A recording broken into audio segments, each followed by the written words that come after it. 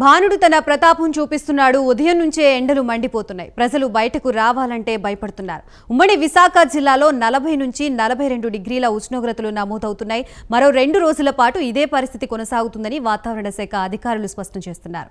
విశాఖలో ఎండల తీవ్రతపై మరిన్ని వివరాలు మా విశాఖ ప్రతినిధి రాము అందిస్తారు. తన ప్రతాపాన్ని చూపిస్తున్నాడు. గత వారం రోజులుగా కూడా ఎండలు మండిపోతున్నాయి. 40 నుంచి 49 డిగ్రీల మధ్య కూడా ఉష్ణోగ్రతలు నమోదవుతున్నాయి. ప్రజలు బయటికి రావాలంటేనే భయపడే పరిస్థితి నెలకొంది. మొత్తం మీద ఎక్కడ చూసినా సరే ఎండవేడికి తట్టుకోలేక ప్రజలంతా కూడా ఇళ్లకే పరిమితమయ్యే పరిస్థితి నెలకొంది. ఉమ్మడి విశాఖ జిల్లాలో గత కొన్ని రోజులుగా కూడా 40 నుంచి 42 డిగ్రీల ఉష్ణోగ్రతలు నమోదవుతున్నాయి. నిన్న అయితే మొత్తం ఉమ్మడి విశాఖ జిల్లాలో 37 డిగ్రీల ఉష్ణోగ్రత నమోదయ్యింది. ప్రజలు ఉదయం 7 గంటల నుంచి విపరీతమైన ఉక్కపోత ఉండడం వల్ల ప్రజలు బయటకు రావాలంటే భయపడుతున్నారు. ఏదైనా అవసరం ఉంటే ఉదయం 8-9 లోపే కూడా పనులన్నీ చక్కబెట్టుకుని ఇళ్లకు పరిమితం అవుతున్నారు. అత్యవసర పరిస్థితి ఉంటే తప్ప జనాలు ఎవరు కూడా బయటకు వచ్చే పరిస్థితి లేదు. ఎండ తీవ్రత చాలా ఎక్కువగా ఉండడం వల్ల డాక్టర్లు కూడా బయట తిరగొద్దంటారు. ఎందుకంటే గాలిలో తేమ శాతం తక్కువ ఉండడం ఎక్కువగా కూడా ఉక్కపోత ఉంది. మరోవైపు గాలిలో వేడి గాలి ఇయడం వల్ల కూడా అంటే డిహైడ్రేషన్ వచ్చి కళ్ళు తిరిగే పరిస్థితి ఉంది. కాబట్టి ఎవరు కూడా ఉదయం 10 తర్వాత అత్యవసరం అయితే తప్ప బయటికి రావద్దంటూ కూడా డాక్టర్లు కూడా సూచిస్తున్నారు.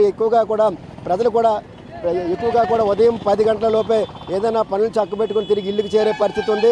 మనం ఇప్పుడు విశాఖపట్నం జంక్షన్లో ఉన్నాం. ఎక్కడ చూసినా సరే ప్రస్తుతానికైతే ప్రజలంతా కూడా తమ పనులు చక్కబెట్టుకుని ఇళ్ళకి పరిమితం అయ్యి ఇప్పుడు మనం మధ్యాహ్నం 12 గంటలైంది. ఇప్పుడు మొత్తం ప్రజలంతా కూడా ఎక్కడికక్కడ ఇల్లుకి పరిమితం అయ్యి తమ పనులన్నీ చక్కబెట్టుకొని కూడా ఎక్కడికక్కడే ఇల్లుకి చేరే పరిస్థితి అయితే నెలకొంది.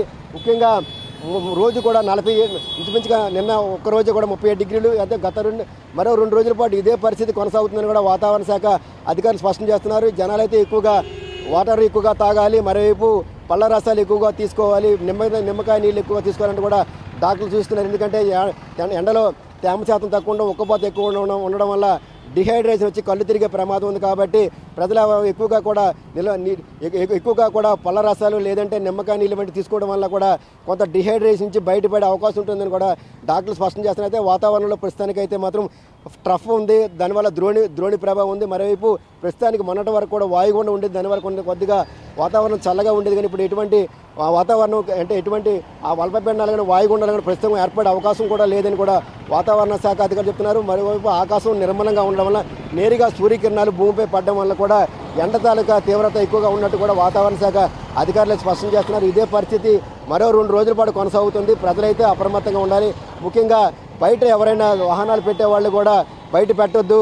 ఎందుకంటే ఎండ వేడికి ఎక్కువగా బళ్ళు అంటే పెట్రోల్ అంటే ట్యాంకులు పేలిపోయి కాలిపోయే ప్రమాదం ఉంది. కాబట్టి వాహనాలు ఎవరు కూడా బయటకు పెట్టొద్దని కూడా వాతావరణ శాఖ అధికారులు అయితే స్పష్టం చేస్తున్నారు. మరోవైపు డాక్టర్లు కూడా ఎక్కువగా కూడా ఉదయం 7 గంటల 10 గంటల లోపే తమ పనులు చక్కబెట్టుకొని అత్యవసరమైతే బయటికి రావాలని కూడా సూచిస్తున్నారు. ముఖ్యంగా ప్రజలు కూడా ఏదైనా అవసరం వస్తే బయటకు వచ్చేటప్పుడు వాటర్తో పాటు గొడుగులు వంటి కూడా పట్టుకొని బయటకు రావడం మంచిదని కూడా వాతావరణ శాఖ అధికారులు కూడా హెచ్చరిస్తున్న పరిస్థితి. మొత్తమే చూస్తే మొత్తం రోడ్లన్నీ కూడా విశాఖపట్నంలో ఉన్న రోడ్లన్నీ కూడా నిర్మానుష్యంగా ఉన్నాయి. బయటికి ఎవరైతే వచ్చే పరిస్థితి లేదు.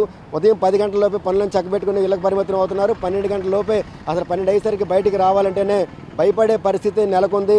ఎక్కడికక్కడ కూడా ఎక్కువగా ప్రజలంతా కూడా ఆయా పనులు చక్కబెట్టుకుని ఇళ్ళకి చేరే పరిస్థితి ఉంది. అయితే ప్రస్తుతానికైతే వాతావరణం కూడా మరో 2 రోజుల పాటు ఇదే విధంగా కొనసాగే అవకాశం ఉంది. కాబట్టి ప్రజలు ఎవరు బయటకు రావద్దని కూడా వాతావరణ శాఖ అధికారులు అయితే హెచ్చరిస్తున్నారు. మొత్తమే చూస్తే ముఖ్యంగా చిన్నపిల్లలు, గర్భిణులు ఇటువంటి వారు మరింత జాగ్రత్తగా ఉండాల్సిన అవసరం ఉంది. ఎందుకంటే వేడి గాలులు ఎక్కువగా ఉన్నాయి, గాలిలో తేమ శాతం తక్కువ ఉండడం వల్ల ఉక్కపోత ఎక్కువగా ఉంటుంది. కాబట్టి ఇటువంటి వాళ్ళు కూడా చాలా జాగ్రత్తగా ఉండాలి. ముఖ్యంగా అనారోగ్యంతో ఉన్నవాళ్ళు వీళ్ళంతా కూడా జాగ్రత్తలు తీసుకోవాలని కూడా డాక్టర్లు సూచిస్తున్న పరిస్థితి. మొత్తం మీద చూస్తే మరో 2 రోజుల పాటు కూడా ఇదే పరిస్థితి కొనసాగిన తర్వాత క్రమేణా వాతావరణం కూడా చల్లబడే అవకాశం ఉందని కూడా వాతావరణ శాఖ అధికారులు స్పష్టం చేస్తున్నారు. మొత్తం మీద ఇదే పరిస్థితి అంటే మొత్తం మీద డాక్టర్లు అయితే మాత్రం ఈ ఎండల వేడి తగ్గేంత వరకు కూడా ప్రజలకు చాలా అప్రమత్తంగా ఉండాల్సిన అవసరం ఉంది.